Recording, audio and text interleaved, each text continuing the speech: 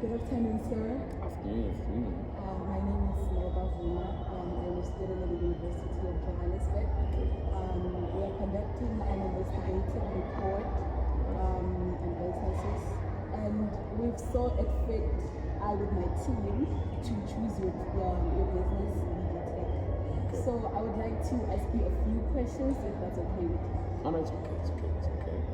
So can you please first tell us, start by telling us your name? Okay, so my name is Harvey Mabunda. The owner of VVT. No, I'm the owner of VVT. So are you the owner and the founder of VVT? So who's the owner and the founder? I'm going to ask you a few questions. So the first question is, what inspired you to enter into the solar panel and tech industry? Oh yeah, so the inspiration behind that was more on seeing the demand. At that time, I think our business was doing more on security stuff like cameras, installing CCTV cameras, and doing a little bit of backups, power backups. We call it UPS. I was doing that for CCTV cameras. But while one was busy with this kind of projects, we saw a gap in the solar business because at that time I think we had a lot of load shedding during that time. And while I was busy installing, more customers would be asking me if I'm able to, install solar panels and stuff like that. At that time, I didn't know how to install, so but I got inspired by so much demand in that market space. So I decided, let me venture into that and really, start investing my knowledge in this field. And eventually I gave myself about 6 months to actually really understand the concept of solar systems and inverters and stuff like that. So obviously most of the stuff I learned online, and eventually I put myself up in the market and rebranded our company, and then we incorporated that department in our company. And ever since then, the business has been growing because of the demand for such. So to really be more open about that is that the inspiration came from customers and seeing the demand for that and the inquiries that most customers made, and then that's when I pushed myself into that field. So speaking of demand, actually, so how would you describe the current demand for solar panels? Okay, the current demand, it has declined a bit compared to what it was 2 years ago. You know that currently we don't have a lot of load shedding. In most cases, it's load reduction. So the demand has decreased a little bit, but what we're seeing is more people coming out of the grid or coming off the grid and wanting to go on solar, meaning that these ones they really want to have their house actually powered by solar systems, and that it's quite expensive. It's a bit expensive. So most of the people that venture into that kind of power supply are people who have money, and those are the kind of customers that we're dealing with. Now, unlike 2 years ago, where everyone was actually pushing themselves into these systems, solar systems, because of load shedding. Frustration during the time was just quite high. Even our company at that time couldn't handle the demand. We actually had to ask other companies to actually assist in installing. But now we have more time because you find that it's maybe 3 projects a month, but these are big projects where we find that you spend maybe about a week, doing one project and then moving to the other after that. But the demand has declined, but it has opened also other doors where one needed to be innovative to say, maybe we need to bring in, systems that will, at least make one to actually cooperate. And that's what we're focusing on. Thank you very much. So, I think you said you started like two years ago. Probably, yeah. So there are companies who have been in the solar a long time. So, what challenges do you face in competing with those larger companies? Yeah, and our company doesn't really face much challenge with that because we know we know our target market and we pursue them and we know how to get into that market. So we don't in our field we don't really compete with a lot of companies, and it's because we know which brand suits this type of customers. What do you call them?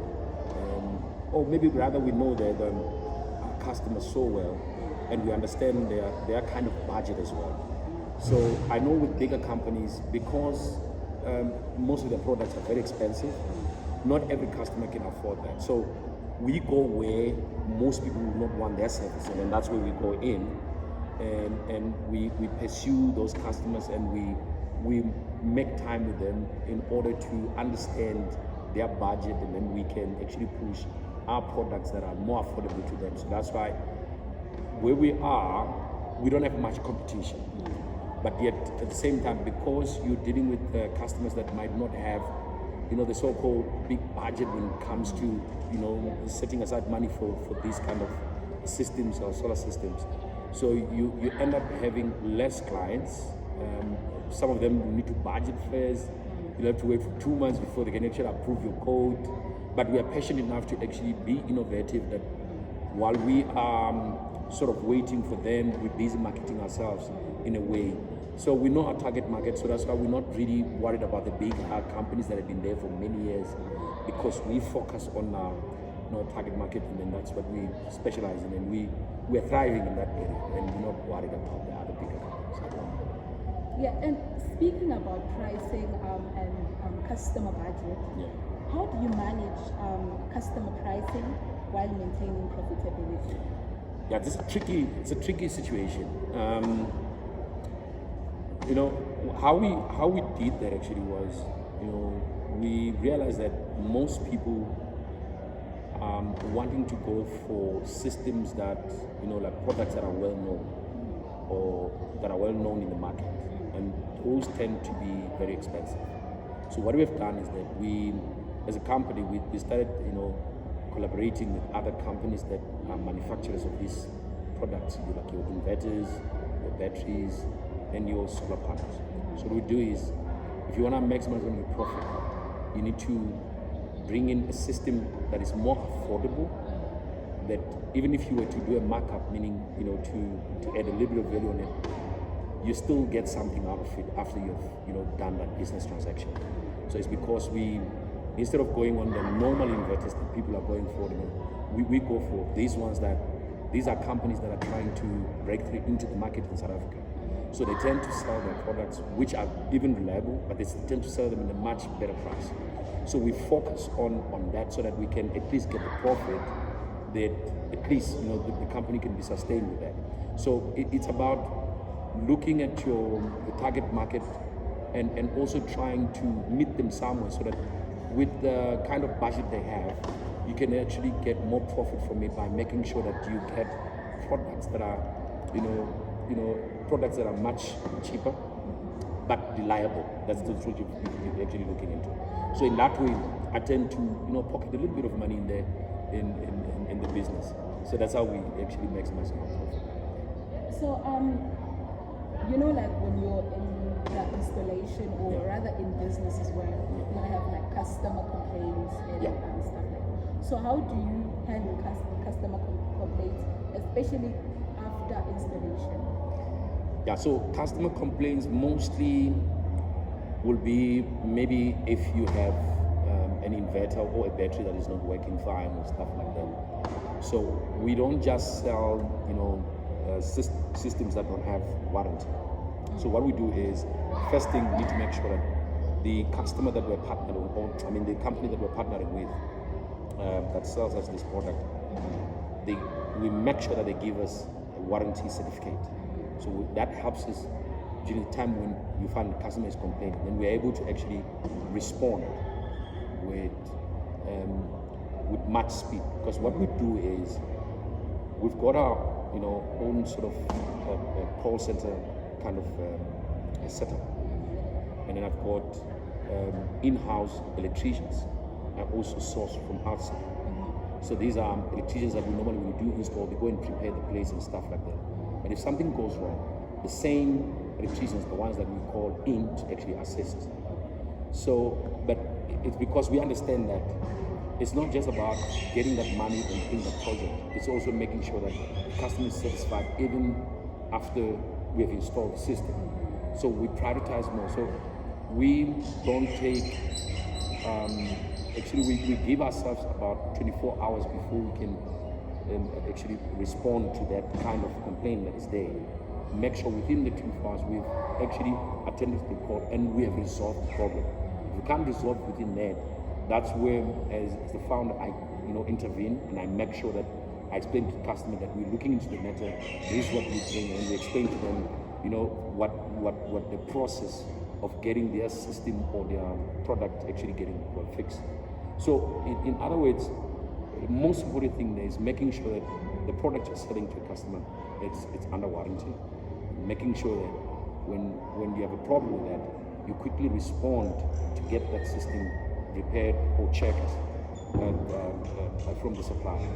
So that's how we actually attend to that. Because we've seen that with other companies, that small companies that we compete with in most cases, we've attended calls where you find that the installer just installed and he ran away.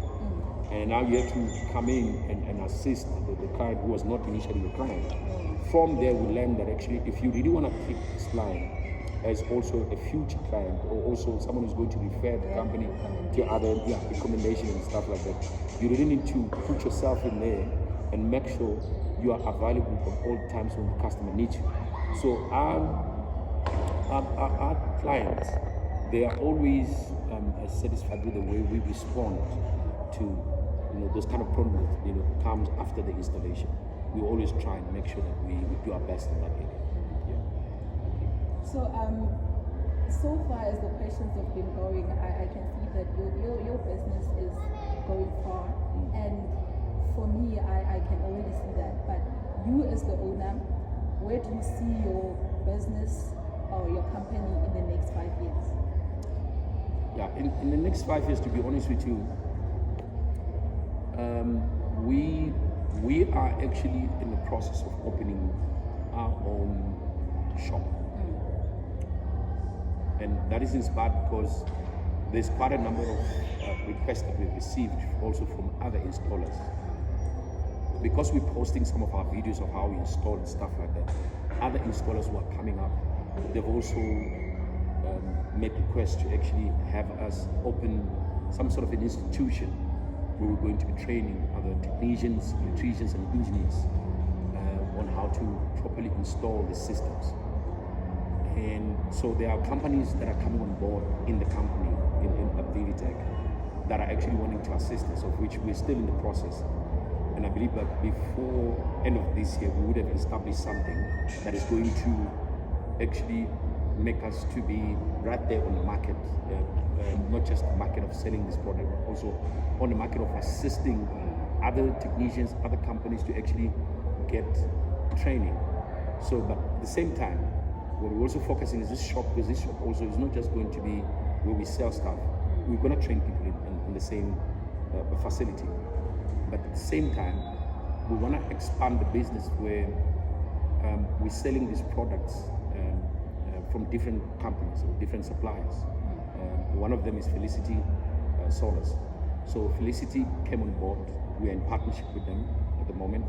They're just waiting for us to open the shop, and then they're going to be supplying us with the product. And then we're going to be selling their products, marketing their products to different provinces and stuff like that. Because we want to make sure that we don't just appear online. If one wants to reach us in the next 5 years, they should know the address, where to find us and stuff like that, and where to easily get the products and where to return the products if the product is faulty and stuff like that.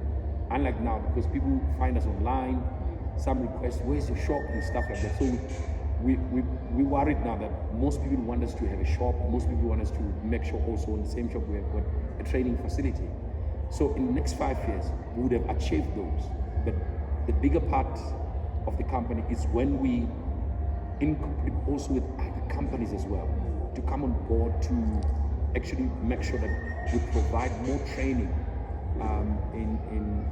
for more electricians to be trained in order to avoid the silly mistakes that we see in installations.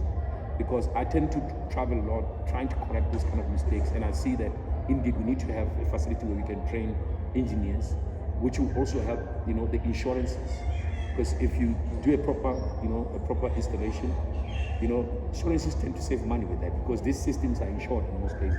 But you find they're insured, the system is not properly installed, and in that way the insurance will lose money. So we're trying also to involve the insurance to show them that, our company can actually be that company in the next 5 years that will provide certificates that would be sort of submitted with when one is applying for an insurance for that product.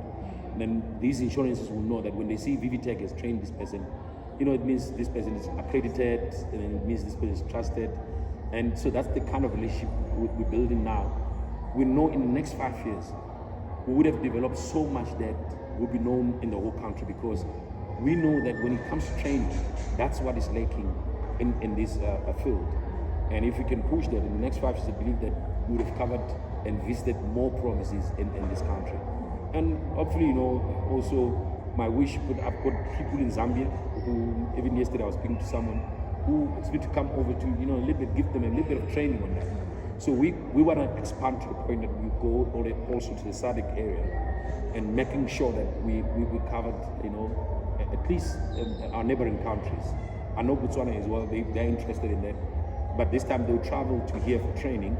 But when we're done with that, in the near future, we'll be placing some training stations that side. And that's the vision we have as a company in the next 5 years. And I believe that we're going to achieve it, because I can see a lot of companies are coming on board in order to assist us, and that's where we're going. Yeah. And talking about facilities and accessibility, that leads me to my last question. How do people actually access your services? Do you have a website? Yeah, so at the moment, we don't have a website. So at the moment, we're using our social media to actually market our business, and people actually access us through those media. The website is still under construction, because the thing is that Vivitech doesn't only do solar systems, we do a lot of things. We do medical stuff. I'm a qualified X-ray engineer, so I am more into that. And then my guys that are working in the company actually are more into solar systems, only come to us. So accessing us I think before end of this year, will be more on our website as well, because we're planning to actually put up our products on the website, so that people can actually place orders on the website, place orders for our packages, for solar systems and stuff like on the website. But at the moment, we actually market and people get to reach us through social media, especially TikTok. TikTok is what made our business to boom, to get known in different places. And people reach us through that platform more than Facebook. So we've even done our own study. We realized that our clients actually get to see us on. So we try every now and then to just put up videos, though it's not easy, because we get so occupied with so many things. And at the end, before end of this year, we would have had someone who's going to handle that department, where this person only does marketing on social media, handles that, and then we just go in the field and do what we do. Because even as a founder, I'm the founder, but I'm also in the field in most cases. And it's because I like being in the field more than being in the office. Office work is just checking paperwork. There are people who do that for me, but just verification and stuff like that. But I love being in the field. So, but we want to make sure that in the future, people can reach us through those social media platforms, but someone else must be there to actually, keep pushing the projects that we're doing, showing people what we're doing. And we know that through those social media platforms, we can actually improve our business and get more customers. So in short, people currently, they're reaching us through social media and especially TikTok. Yeah, so that's how they're reaching us. Well, thank you so much, Mr. Mabunda, and I hope you don't have a problem with us putting your contacts on the video or on the project for people to actually access you. You don't know, maybe UJ can access you too. You know what? You're more than free to actually do that. I don't mind you guys posting my information there. You happen to market my business. You never know. Maybe I might hire you in my company. You never know. But thank you so much for giving me this opportunity to also speak a little bit about my company. It's always a pleasure, and I'm always excited when I see young people, getting to ask the hard questions, understanding how this kind of business works and stuff like that. So feel free even next time to call me, and I can come anywhere so that you can ask me more questions if you have more. Thank you so much for this opportunity. Thank you. All right.